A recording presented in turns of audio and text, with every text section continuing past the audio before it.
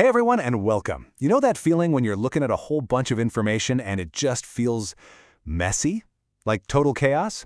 Well, today we're going to go on a little journey from that exact jumbled mess to a crystal clear answer. Let's dive in and see how a simple skill can make all the difference. So, how do you find the truth in a sea of noise? I mean, that's the big question, right? We are just bombarded with stuff all day long. Opinions, facts, just noise. But hidden somewhere in all that chaos, there's a real answer. The trick, of course, is knowing how to find it. And that's exactly what we're going to do today. We're going to solve this mystery together.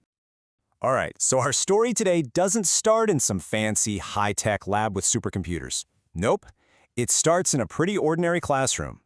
And it all begins with one simple, curious question. A question that kicks off a little investigation that, believe it or not, uses a process that literally shapes our entire world. So, let's meet our detectives. This is Rohan and Anjali, and just like any great investigator, what drives them?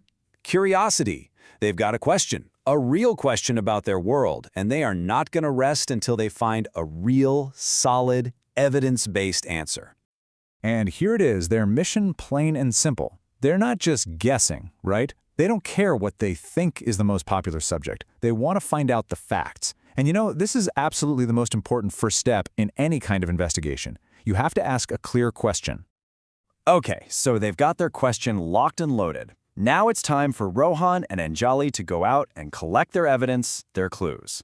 But here's the thing. As you're about to see, the first step towards getting a clear answer usually looks like, well, a complete and total mess.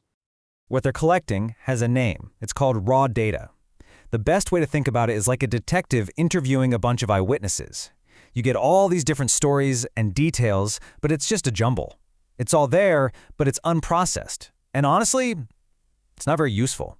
At least, not yet. And our detectives, they were thorough. I mean, they didn't just go and ask a few of their friends. Nope, they surveyed all 45 kids in their grade. That's super important because getting a good number of responses is key if you want an answer you can actually trust. And here it is, the raw data in all its glory. Just look at that. Seriously, can you look at that stream of letters and tell me which subject is the most popular? No way, of course not. It's just a meaningless jumble. This right here, this is our villain. This is the chaos we have to conquer. So, the big question is, how do we turn that mess of letters into something that actually gives us an answer? Well, this is the turning point. This is the secret sauce. And you know what? It's way simpler than you might think. Rohan and Anjali used a super simple three-step process. Okay, step one, they figured out their categories. You know, mathematics, languages, arts, that kind of thing. Step two, they just went through that messy list and tallied up every single response, one by one. And finally, step three, they took all those totals and organized them into a nice, simple table. So they took all that chaos, used their simple method, and bam! Look at this, it's like magic.